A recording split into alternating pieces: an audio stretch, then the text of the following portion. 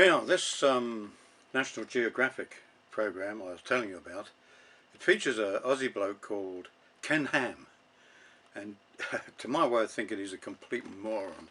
He insists that the world is only 6,000 years old and that dinosaurs existed at the same time as man.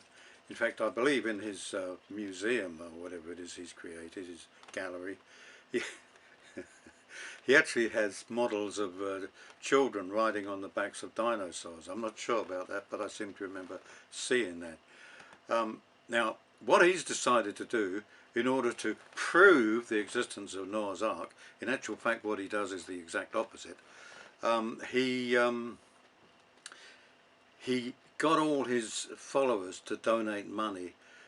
Altogether he managed to gather $100 million. I think that's right. We'll see the documentary soon and you can make up your own mind whether that's right or not. And he's building this monstrosity to resemble what he thinks Noah's Ark must have looked like. Where he got the blueprints from, I've no idea. And you can be quite certain it took a long time to draw this thing up. Noah was given 1 year approximately by God to build this thing. He, his 3 sons and their wives. Now the wives were probably busy cooking and doing other things, but so the chances are there were just 4 men, none of whom were carpenters, none of whom knew anything about shipbuilding. They had 1 year in which to build this massive ark, you know, big enough to house hippopotamus and dinosaurs and elephants and all sorts.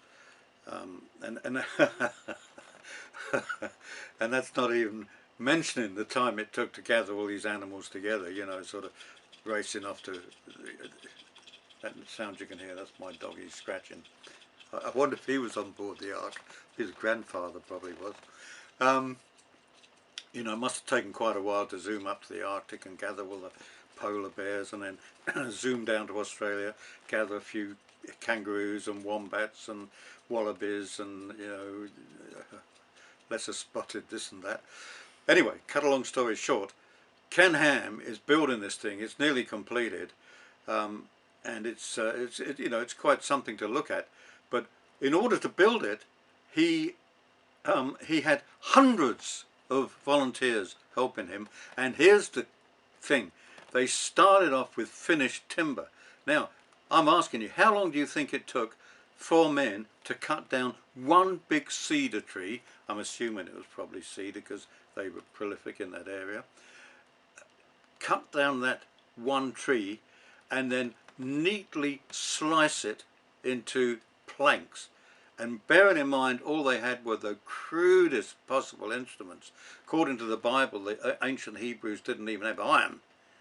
That's a long story. I'll tell you about that another time, about how God's army was defeated by the Hills people because the Hill people had chariots of iron while the Hebrews only had chariots of wood. That's a long story. So chances are Noah and his family didn't even have iron tools, but let's give them the benefit of the doubt. Let's say they had a few chisels and hammers and you know, axes of some kind. Just imagine how long it would have taken to not only cut a massive tree down, but then neatly slice it into neat, perfectly fitting planks. It would have taken the best part of a year to just deal with one tree.